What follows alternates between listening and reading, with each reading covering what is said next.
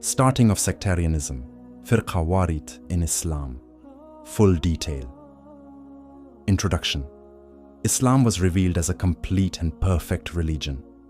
During the lifetime of Prophet Muhammad, peace and blessings be upon him, Muslims were united under his leadership. The Qur'an clearly commanded unity among Muslims. And hold firmly to the rope of Allah altogether and do not become divided. Qur'an 3:103. However, after the death of the Prophet, peace and blessings be upon him, in E 632 CE, differences began to appear, mainly about leadership, which eventually led to divisions. The issue of leadership.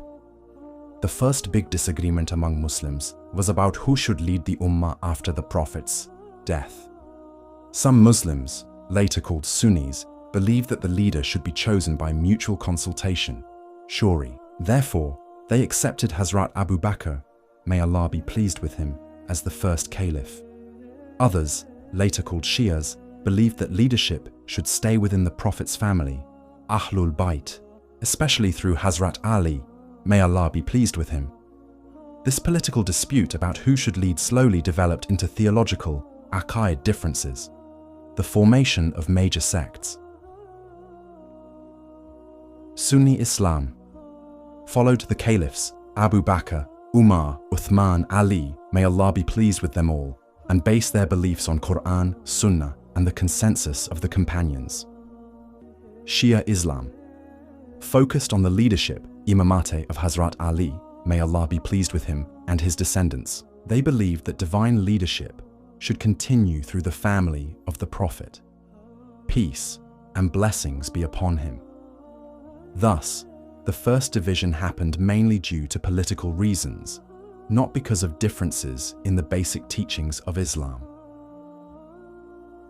The Battle of Siffin and other conflicts. Later, during the caliphate of Hazrat Ali, may Allah be pleased with him, further conflicts arose. The Battle of Siffin, 657 CE, between Hazrat Ali and the forces of Hazrat Muawiyah, may Allah be pleased with him, governor of Syria. The rise of a i.e. third group called Khawarij, who broke away from both sides, accusing everyone of betrayal. These events deepened divisions among Muslims, and political disputes became religious identities over time. Over centuries, more sects appeared.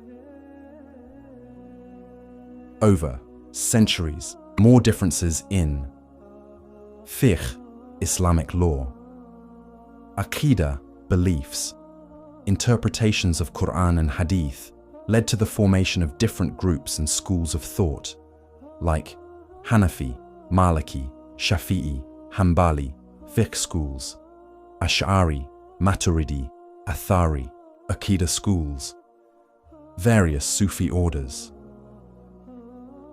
Each focused on specific methodologies but agreed on the core of Islam, belief in one Allah, Prophet Muhammad, peace and blessings be upon him, as the final messenger, and Qur'an as the final revelation.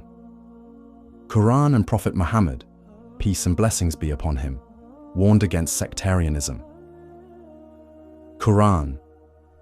Indeed, those who have divided their religion and become sects, you, O Muhammad, are not associated with them in anything.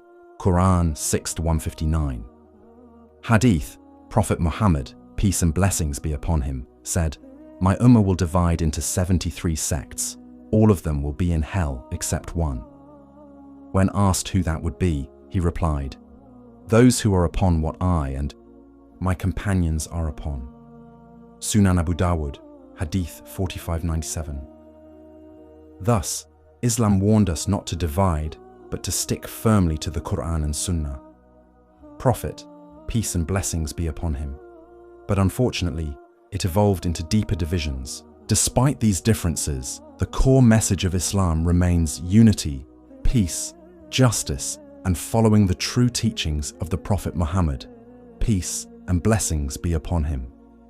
Today, it's the duty of every Muslim to avoid hatred, follow the Qur'an and authentic Sunnah, and promote unity among the Ummah.